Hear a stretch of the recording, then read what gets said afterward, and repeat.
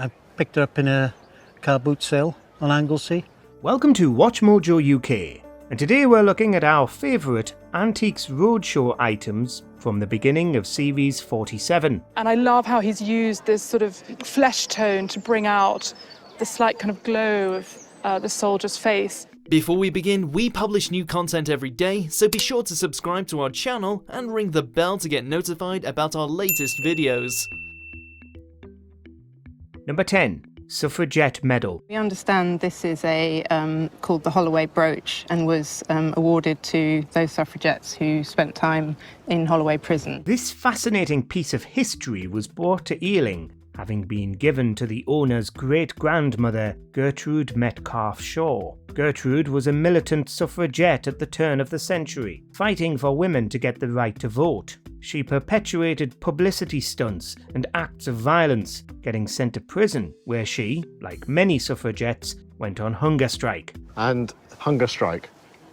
Now, hunger strike was, she was only there quite a short time, but it was not pleasant. It was tradition in the WSPU to give those suffragettes these specific medals, known as hunger strike medals. The medal today would go for as much as 30 grand at auction, though of course, they weren't going to sell it. We wouldn't either. You must be somewhat proud of her. Very proud, very proud. Number 9. Harlequin. This strange manuscript was dated to roughly the 1750s. And expert Matthew Haley was thrilled to see another one pass under his nose in this episode. Eve comes out of the side of Adam and they got married, and then turn over the page and see his bride. It's a type of flipbook telling the story of Adam and Eve, with some very strange bits added to the end. The owner who brought it on had no idea what it was, though she was able to guess its age. And then you can kind of turn over again, and then you get this kind of lion wearing a crown, the lion roaring from his den. She gets a valuation of £1,000, which isn't bad for a tiny little leaflet that makes almost no sense. Despite the bizarre biblical imagery, a harlequinade was, as Matthew explained, an amusing object for young children. Now, having said that this is the third one of these I've seen in a month, they are still quite rare, and obviously each one is unique and special. At auction, I think you'd expect it to make at least £1,000. Number 8. The Futuristic Lamp. I think this is Austrian, and I think that it was made in around about 1910. So it could be that they even bought it brand new on their travels. This extremely unusual lamp was brought back from a romp across Europe in the 1920s. The owner nicknamed it the Spaceship because, let's be honest, it looks exactly like a flying saucer. And the whole lamp is made of brass with a kind of anodized finish.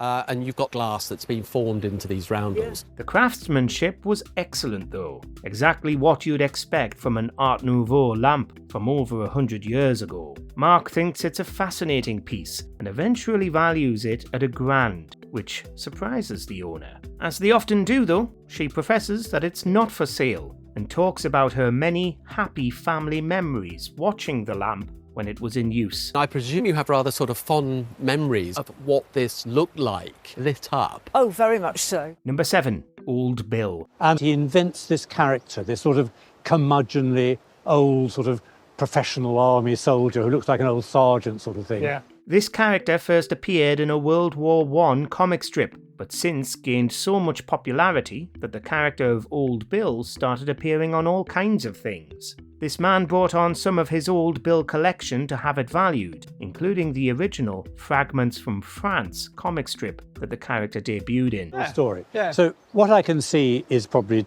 £200 or £300, and then you've got all the postcards, so you've probably got a big collection. So I hope you continue to like Old Bill. Specifically, he had a pottery collection, including plates, a bowl, and a very charming teapot. It's wonderful that somebody's looking after this history, since Old Bill may not be as recognisable to young people today. Shockingly though, it was determined that the bronze figure was a fake. Fairly regularly. Yeah. So I'm sorry, everything else is absolutely fine. Yeah.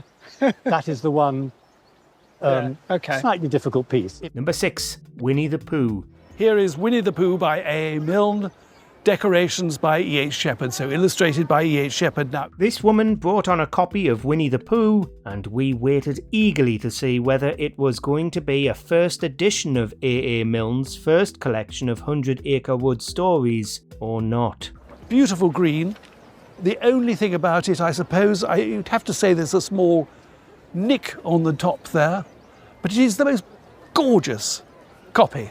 It turned out that it was, and that the woman's mother was the previous owner, having picked it up for a pittance in a charity shop. It got a massive valuation, thrilling the woman and reviving in her some memories of her late mother. I'm going to value it at £1,400. Sorry? Seriously? Seriously? It just goes to show you never know what rare books you could find in a charity shop, since charity shops rarely know the real value of these things. Wow. Well, I was lucky I didn't sell it.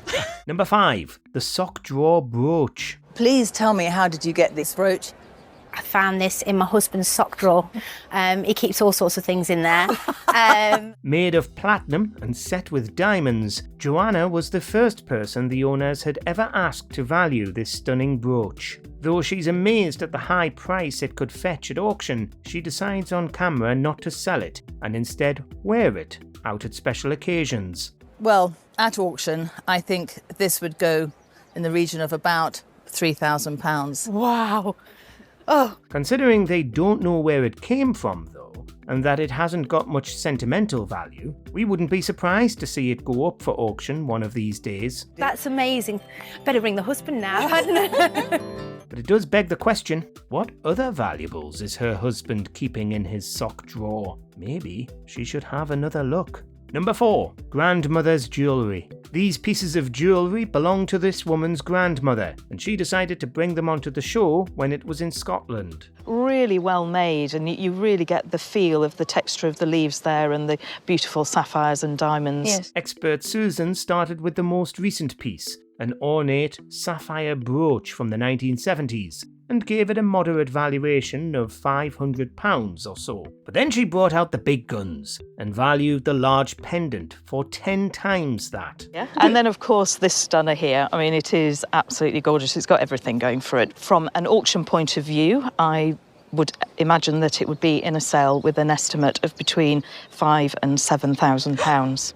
The owner was gobsmacked, knowing that if she decided to sell these heirlooms, she'd be getting a very tidy sum indeed. She said that she wasn't going to sell though, and would instead start wearing them more. They're only going to get more valuable as time goes by. Absolutely flabbergasted. I was delighted to hear such lovely news. Number 3. Lowry's book cover. You thought you were just buying a Lowry drawing. Yeah. But you bought half a book with it stuck to the back of it. This man turned up to show off something he'd nabbed for himself a few years ago, which turned out to be a sketch by the renowned 20th century artist L.S. Lowry. He and Rupert discussed the sketch and how it had been done on the cover of a book and then torn from the book to be sold on, and how the penciling had been smudged in such a way to capture the fog and soft glow of the gas lamp in the middle. He loved streetlights, didn't he? He did. Must it be a gaslight? More than likely it would have been. The owner revealed he'd paid £800 for it, which, if you know anything about Lowry, you'll be extremely surprised by. Rupert too was surprised and said a more reasonable price would have been as much as £4,000. The thing about Lowry is that it's dangerous waters. You know, I've seen so many wrong ones, and I've seen even more that I'm not sure about, which is a different thing. Number 2. The Kennington painting. It was bought by my great-great-aunt, Dr. Jane Walker, this lady here. This stunning painting was made by a famous official war artist, Eric Kennington, and was purchased by the owner's great-aunt ×2, who operated sanatoriums after the First World War. If this were to come to auction today, I think it would carry an estimate of at least sort of £20,000 to £30,000 and could probably make even more. Kennington's paintings were a little controversial at the time for depicting the harsh realities of trench warfare. so much so that he argued with the Department of Information, which was trying to censor them. It turns out to be worth tens of thousands of pounds, with the expert Frances Christie saying that the owner's aunt was very clever to have seen the value in the paintings she collected and passed down to her family. I think she'd be very pleased. She gave her life to medicine, so it's nice we all keep her pictures. Right, it's also amazing to celebrate her as this trailblazer, and very thankful that she spotted this. Number 1. The Doorstop Sculpture. Sometimes you can tell right away what something is when it appears on the Roadshow, and other times you don't have a clue. The sculptor Ben Nwangwu, one of Nigeria's most celebrated sculptors. This unwitting owner had no idea, and also assumed that the experts wouldn't be able to identify it either, bringing on a large black object he said he'd been using as a doorstop. Bafflingly, the sculpture had a plaque with the artist's name inscribed, and it turned out he's renowned in Nigeria. He was picked up by a gallery in the 40s, and it was a gallery called the Zwema Gallery.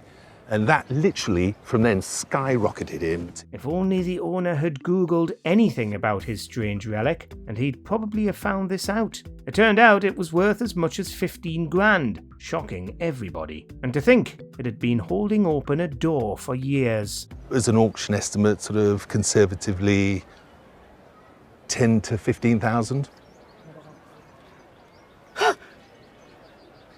Let us know in the comments if you have any antiques you want to get appraised. He boosted the morale of the ordinary soldier. To hell with all the officers and what they're doing.